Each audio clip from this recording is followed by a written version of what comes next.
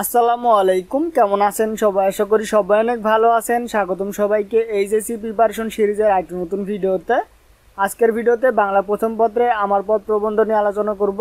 আমার পথ প্রবন্ধে খুঁটিনাটি সকল বিষয় নিয়ে আলোচনা করব আজকের এই ভিডিওতে। তো চলুন কথা না বলে এই ভিডিওটি শুরু করি। আমার পথ কাজী নজরুল ইসলাম।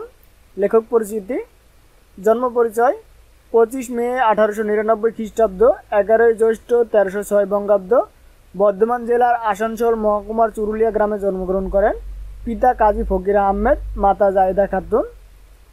শিক্ষা জীবন: গ্রামের মক্তব থেকে প্রাথমিক শিক্ষা লাভ।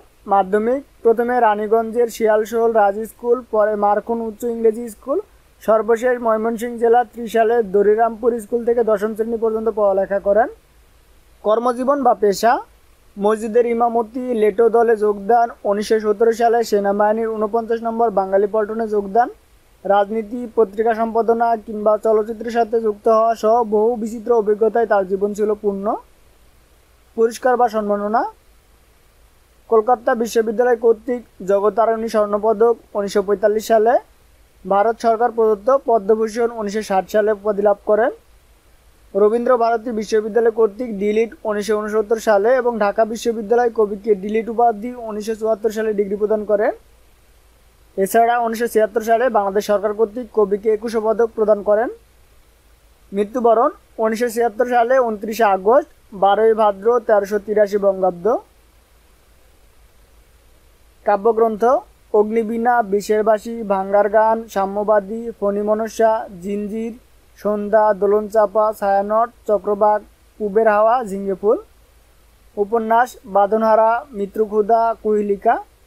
গল্পগ্রন্থ: ব্যথার দান, রিক্তের বেদনা, শিউলিমালা, পদ্মগোখরা, জিনের বাদশা।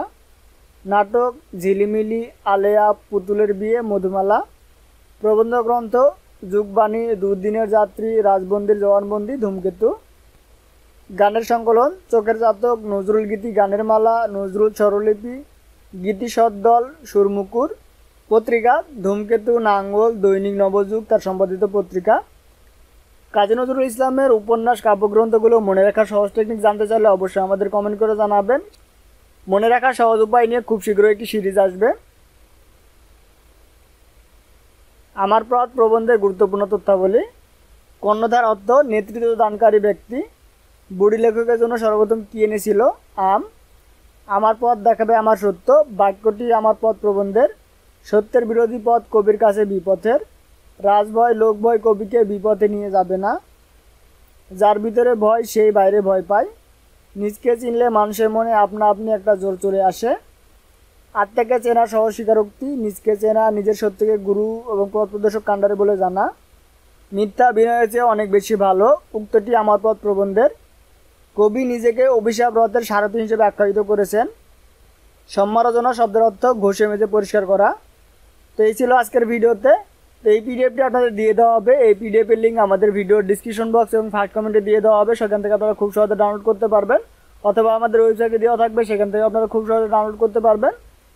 যদি ভিডিওটি ভালো লেগে থাকে অবশ্যই একটি লাইক দিবেন, কমেন্ট করবেন। দেখা হচ্ছে পরবর্তী ভিডিওতে। সেই ভিডিও দেখার আমন্ত্রণ জানিয়ে শেষ করছে আজকের ভিডিও। সবাই সুস্থ থাকবেন, ভালো থাকবেন। আল্লাহ হাফেজ।